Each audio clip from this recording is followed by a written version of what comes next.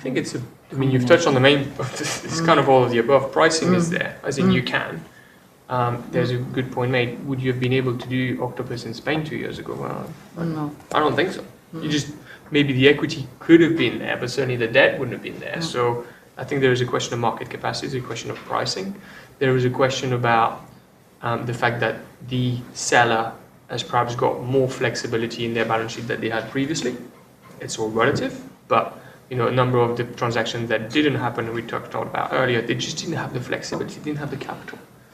And also, and I think a number of them have set, it's a usual 5-7 year strategy.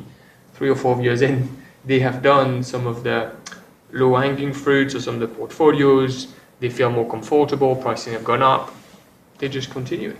I think it's an accumulation of points that create that catalyst. And I think it also takes, it's always a point that, who else has done it? To convince your board, who else has done that? And now you look at Commerzbank were very brave, pulled out the UK, pulled out Spain. Deutsche Postbank is the other one. And I think these give people confidence. So when you are the FD or head of M&A at such and such bank, you can say, look at these transactions. The price was paid was in excess of what they were expecting.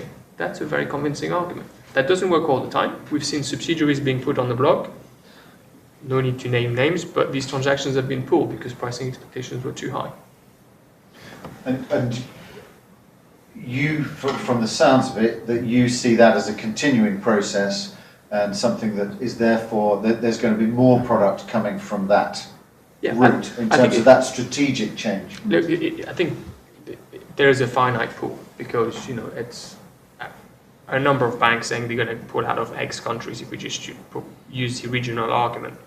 But it's clear that if you look at the number of banks that have said they would, in terms of countries that need to pull out, only a very small proportion has been done.